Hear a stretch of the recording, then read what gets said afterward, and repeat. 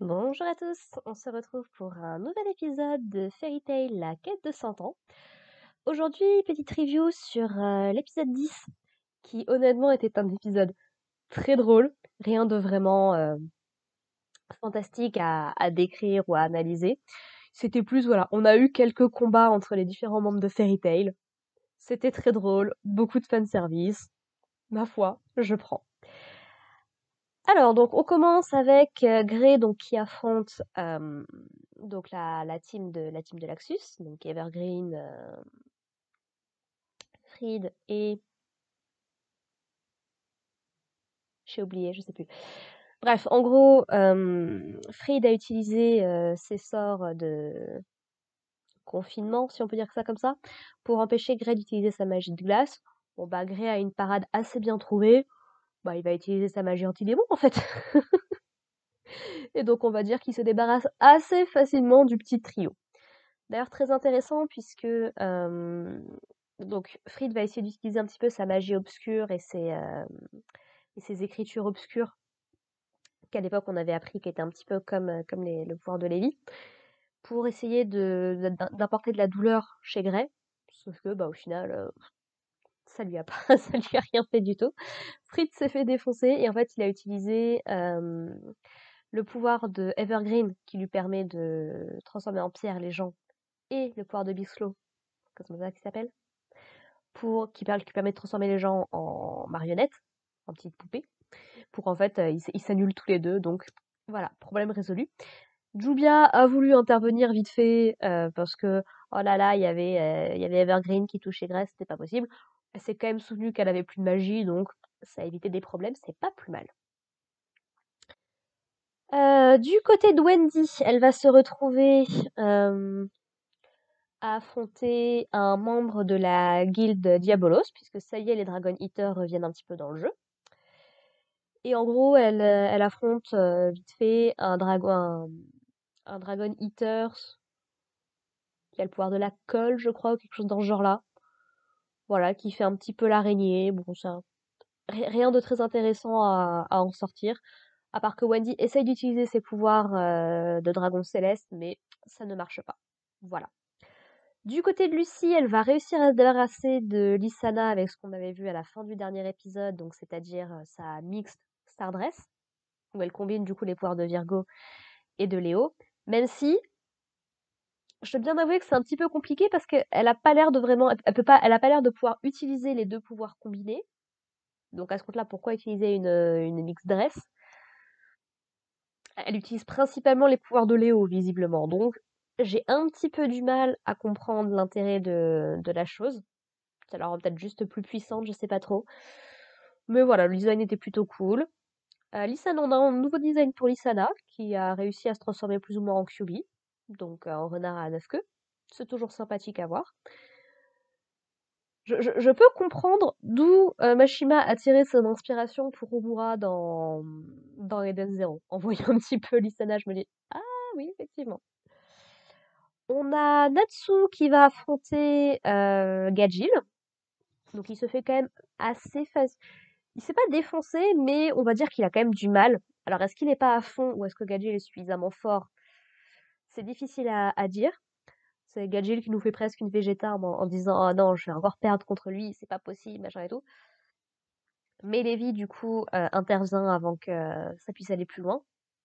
Et Natsu est prêt à la frapper au ventre. Sauf qu'il va se souvenir juste avant que, bah, effectivement, Levi est enceinte. Levi attend un enfant, ce qui nous est bien appuyé dans cet épisode. Je sais plus si ça avait été confirmé ou juste sous-entendu dans les épisodes d'avant. Je sais plus très bien, honnêtement. Mais voilà, Levi attend un enfant de Gajil. Et on avait un petit passage avant l'épisode réel, avant le début réel de l'épisode, où en gros on voit un petit peu la vie commune entre Levi et Gajil. Donc ils vivent ensemble, c'est mignon. Et en gros, Gajil prend beaucoup de missions parce qu'il se dit bah, il faut que je gagne de l'argent pour pouvoir élever ce petit enfant qui arrive et tout. C'est trop, trop choupi. J'aime beaucoup leur relation parce qu'ils sont vraiment passés de ennemis, ennemis à lover, comme on dit. On se souvient quand même que Gadgil, c'était le premier à avoir attaqué Levi à l'époque de Phantom Lord, hein. Donc, non, j'aime vraiment beaucoup comment leur relation s'est développée. Ils sont tout mignons. Donc Natsu ne va pas oser vraiment la frapper et Levi va utiliser ce moment pour utiliser son Solid Script pour en gros faire plus ou moins apparaître une calèche et faire en sorte que Natsu soit emmené ailleurs, complètement impuissant puisque c'est un véhicule bien évidemment. Et un tout petit peu plus tard, et c'est sur ça que se termine l'épisode, il va tomber sur un Dragon Eater pour le coup. Il va avoir un petit peu du mal à remettre les personnages dans sa tête, mais voilà, il va se souvenir que c'est Diabolos. Et en gros, il tombe sur un gars qui a mangé un dragon fantôme, quoi que ça veut dire. Et en gros, visiblement, semblerait-il que seuls les Dragon Slayers ou les dragons sont capables de le voir, puisque Happy ne perçoit absolument pas sa présence et que ça commence un petit peu à le faire flipper, quoi. Il est capable d'utiliser des feux follets, donc des flammes un petit peu blanches, comme le mentionne Natsu. Et quand Natsu essaie de l'attaquer, bah, il passe littéralement à travers, en fait. Donc, comment est-ce qu'il va réussir à s'en débarrasser, là, pour le coup? Bonne question. Je me souviens pas vraiment de tout ça, pour le coup. J'avoue que je sais absolument pas comment il va s'en sortir. Et j'aime beaucoup parce que Natsu, il est en mode oui, non, mais c'est bon, j'ai affronté Gajin, maintenant il me reste Laxus, Mira Jane et Jelal. Je me dis, tu veux pas y aller mollo sur les, sur les sorciers, sur les mages de rang S, Natsu, peut-être? Peut-être se calmer. Et une grosse partie de l'épisode, je trouve, va être centrée autour d'Erza et de jeu de Jelal. Mashima les aime vraiment beaucoup, ces deux personnages-là. On sait que le personnage de Jelal, peu importe sa version, revient de Rave Master à la base, mais il est également présent dans Eden Zero. Donc c'est vraiment un personnage que Mashima aime beaucoup. Et en gros, donc, on va voir un début d'épisode. En gros, donc, on a Jubia qui s'entraîne pour un baiser avec Grey le jour où ça arrivera. Et en gros, elle dit à Erza, franchement, tu devrais t'entraîner aussi. Jelal, il serait déçu si t'arrives pas à faire les choses correctement. Et alors qu'elle est en train de se poser la question dans un petit café et tout, elle se dit, tiens, si j'essayais un petit peu avec la réflexion de la vitre du café où elle est, c'est ce moment que choisit Jelal pour arriver. Et en gros, il est en mode, attends, qu'est-ce qui se passe? Et ça va être un petit peu ça tout l'épisode, puisque donc Erza va devoir se fighter contre Jelal. Évidemment, c'était une obligation. Ce qui me... Et la façon dont tourne ce combat est très intéressant quand on a regardé Eden Zero, parce que c'est un petit peu comment dire? La façon dont Erza finit par essayer de se débarrasser, on va dire, de Jelal, c'est un petit peu ce que fait sa contrepartie dans Eden Zero, donc c'est sympathique, j'aime bien. J'aime bien, ils sont trop mignons eux aussi, franchement. Et en gros, c'est hilarant parce que Jelal, il est à fond sur Erza. Il essaye tellement de la draguer, de flirter avec, c'est génial. Et évidemment que Erza est un petit peu faible face à ça, et en fait elle va essayer de renverser la situation en essayant elle de son côté de séduire Jelal, qui a beaucoup de mal aussi à garder la face. Donc elle utilise ses armures un petit peu pour se mettre en mode Neko, en mode chat, en mode lapine, en mode bikini, enfin elle passe par tous les trucs possibles, en Lolita aussi, en gothique Lolita. Enfin, c'est vraiment trop drôle.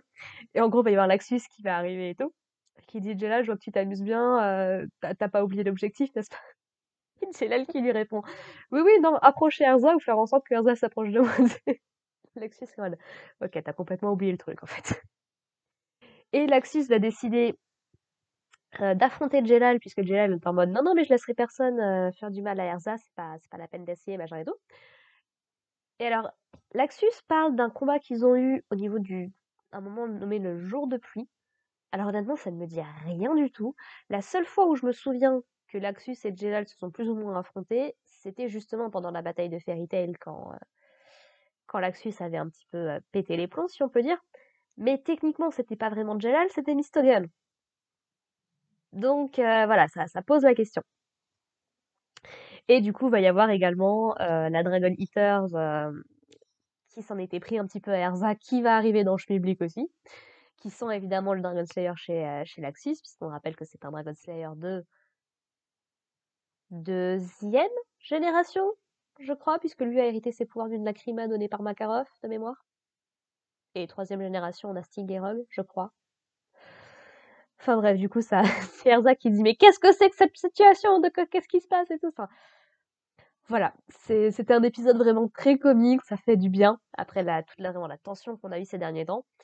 Mais voilà, a priori, le prochain épisode, qui a l'air de se concentrer sur le Dragon Slayer, le Dragon Eaters fantôme, là, il est pas impossible que ça reparte dans un truc un peu plus sérieux. On verra bien.